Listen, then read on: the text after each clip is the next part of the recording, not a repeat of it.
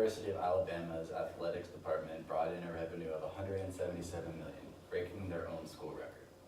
However, the athletes of these programs receive no monetary reward, apart from the limited scholarships offered for each program. Many of these athletes come from poorer backgrounds and rely on sports in order to live a sustainable life.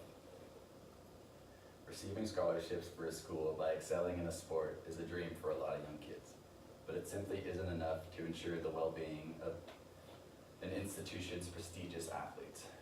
If the athlete is on scholarship, their tuition fees may be partially or completely covered. However, books, living costs, and food, apart from what is provided by the university, is not included. While these institutions rake in millions in profits, their athletes are left hungry at night and still expected to perform at their peak. Being a college athlete is a full-time job, so having a part-time job along with school and athletics is nearly impossible and not a sustainable way to live. Student athletes can also get in tremendous trouble and face loss of scholarship if caught receiving money from unofficial supporters. So the athlete is forced to struggle and survive until they either get drafted professionally or graduate and start their professional career beyond athletics. One prominent figure of this stance that opened a lot of the public's eyes to a college athlete's struggles was Shabazz Napier. During the 2014 basketball season, Napier led his UConn Huskies to the Final Four and eventually won the national championship. During press interviews while attending Final Four events, Napier discussed how some nights he was forced to go to bed hungry and still be expected to wake up with the same work ethic every day.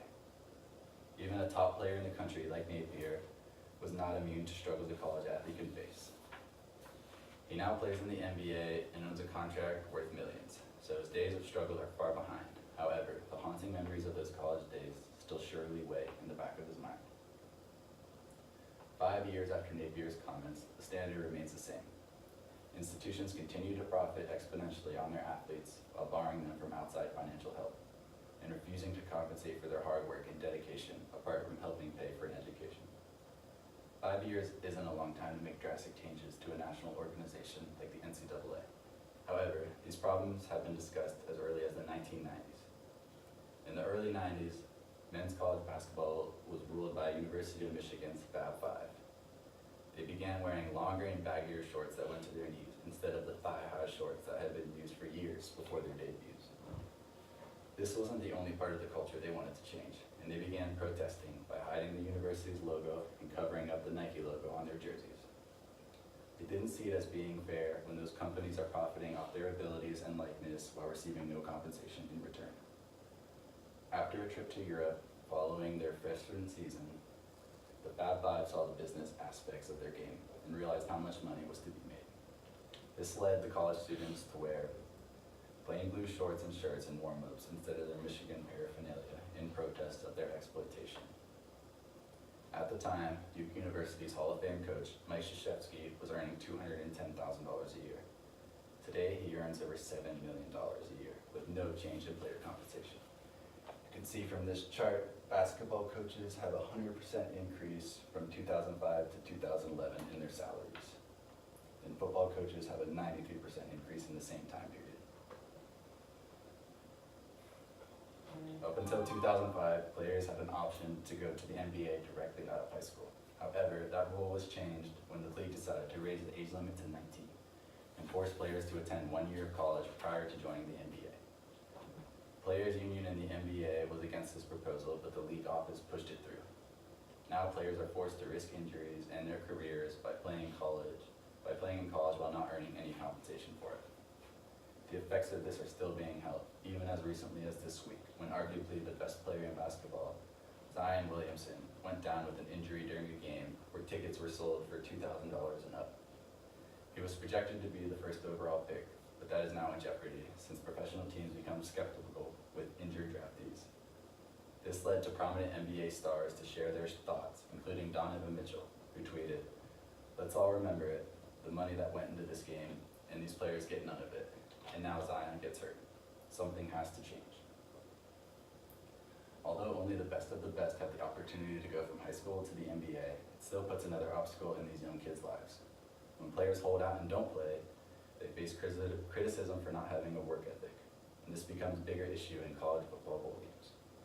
After each season, depending on if the team earns enough wins, they become eligible for a bowl game, which are mostly consolation games aside from the national championship. Players decided to start sitting them out and not risk tens of millions for a worthless game. This led to criticism from the media, claiming the athletes had no respect for their universities. Most of this condemnation comes from the fact that viewership for these games would drop substantially without the star player participating. An extremely selfish stance from the NCAA's perspective, seeing as how this meaningless game could cost their athletes millions of dollars if they suffered an injury. And these bowl games also take place directly before the NFL draft. We've had some of the most prominent athletes in today's sports speak out against this problem, and it is cut clear that what is happening now cannot possibly remain the norm. It's clear to see that a solution must be achieved, and one way to help make that possible would be to provide athletes with a sustainable income for living. There's no reason to hand teenagers millions of dollars, but something to make their lives easier while rewarding them for what they bring to their institutions. Provide the students with budgeting assistance and closely monitor their spending while treating their sport as a job, since they do put in 40+ hours work weeks practicing their craft. Nothing has changed. Athletes should begin holding out on going to college and look for alternative routes. If changes are made, we will see a more mentally and socially prepared youth. And for those athletes that don't make it professionally, they'll have knowledge on how to manage income and live sustainably. If nothing is changed, we will continue to see athletes' lives drastically change with injuries while profiting organizations that have no interest in their well-being. Although it will take actions from both the NCAA and athletes, professionally and amateur, there is no reason negotiation cannot begin as soon as possible. Today's most popular athletes have come out in protest of this inequality and the struggles they've endured making it professionally. Universities and colleges continue raking in money hand